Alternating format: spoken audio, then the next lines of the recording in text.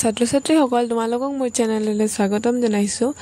আজি তোমালোকৰ বাবে মই লৈ আহিছোঁ BA 4th চেমৰ অসমীয়া লোকসাহিত্য অধ্যয়ন পেপাৰখনৰ ফাৰ্ষ্ট চেপ্টাৰটোৰ কেইটামান ইম্পৰ্টেণ্ট কুৱেশ্যন এনচাৰ। আমি ভিডিঅ'টো আৰম্ভ কৰোঁ। 1 নম্বৰ প্ৰশ্নটো হৈছে লোকসাহিত্যৰ বৈশিষ্ট্যৰ বিষয়ে লিখা। এনচাৰটো হ'ল লোকসাহিত্যৰ সাধাৰণ বৈশিষ্ট্যসমূহ হ'ল প্ৰথমটো হৈছে লোকসাহিত্য লোকসাধাৰণৰ যোগান্তকাৰী জ্ঞান আৰু অভিজ্ঞতাৰ বহিঃপ্ৰকাশ।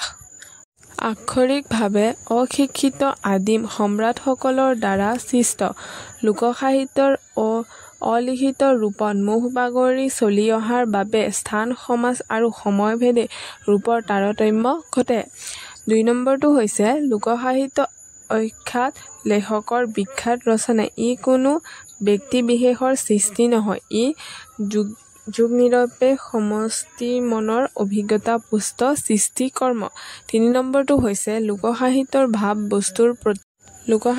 ভাৱবস্তুৰ প্ৰতি লক্ষ্য কৰিলে দেখা যায় যে আদিম কালৰ পৰা অৰ্থাৎ লোকসাহিত্যৰ উদ্ভৱ কালৰ পৰাই লোকসাহিত্যৰ সৈতে অলৌকিক বিশ্বাস তথা ধ্যান ধাৰণা জড়িত হৈ আহিছে। তাৰ পিছৰ পইণ্টটো হৈছে আধুনিক সাহিত্যত লোকসাহিত্যৰ সমল বিদ্যমান, কাৰণ লোকসাহিত্যৰ সৰলতা সততাৰ মাজত আধুনিক যান্ত্ৰিক যুগৰ সমস্যা বহুল জীৱন যান্ত্ৰণাৰ পৰম একাকিত্বৰ পৰা যুক্তিৰ পথৰ সন্ধান কৰা দেখা যায়।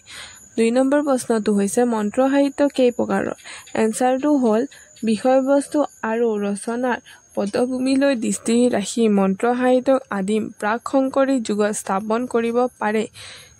ব্ৰহ্মকৰতি, শুককৰতি, পাণিকৰতি, ধৰণী মন্ত্ৰ, সৰ্বঢাক মন্ত্ৰ, পক্ষীৰাজ মন্ত্ৰ, সুদৰ্শন মন্ত্ৰ আদি বহুতো তন্ত্ৰ-মন্ত্ৰৰ পুথি আমাৰ ভাষাত পোৱা যায়। 3 নম্বৰ প্ৰশ্নটো হৈছে প্ৰবাদ প্ৰবচন যোজনা পতন্তৰ সম্পৰ্কে বৰ্ণনা কৰা। উত্তৰটো হ'ল প্ৰবচনৰ বুকুত বহু শতিকাৰ জ্ঞান আৰু পৰ্যবেক্ষণ ৰহিত যিবোৰ লোকপ্ৰজ্ঞাৰ সূক্ষ্ম সমষ্টি। আন লোকসাহিত্যৰ দৰে প্ৰবাদ বাক্যও প্ৰজ্ঞাৰ সূক্ষ্ম সমষ্টি। আন লোকসাহিত্যৰ দৰে প্ৰবাদ বাক্যও প্ৰজ্ঞাৰ স্ফুটস্ফুট প্ৰকাশ, জীৱনৰ তৃপ্তি। এই প্ৰবাদবোৰ প্ৰকাশৰ ৰূপ সৰল। অনেক প্ৰবাদ বাক্যৰ অন্তৰালত প্ৰত্যক্ষভাৱে কিম্বা প্ৰচ্ছন্নভাৱে একোটি কথা বা কাহিনী বৰ্তমান। প্ৰবচনবোৰ পৰম্পৰাগত যুক্তিপূৰ্ণ উক্তি। এই উক্তিৰ অতি কমেও এটা বৰ্ণনাত্মক সমল থকা উচিত।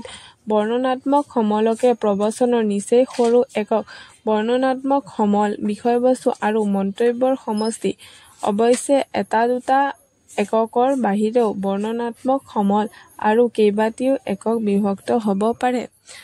উদাহৰণস্বৰূপে বৰ্ণনাত্মক সমল হাতত নাই ধন, বৰ সভালৈ মন, আইৰ ঘৰলৈ যাম, দুহাতে খাম, ফকৰা যোজনা আৰু পতন্তৰ। এই শব্দকেইটা হেমচন্দ্ৰ বৰুৱাৰ মতে সমাৰ্থক। বাস্তৱ ক্ষেত্ৰত তিনিওটাৰ মাজত বিশেষ পাৰ্থক্য দেখা নাযায়।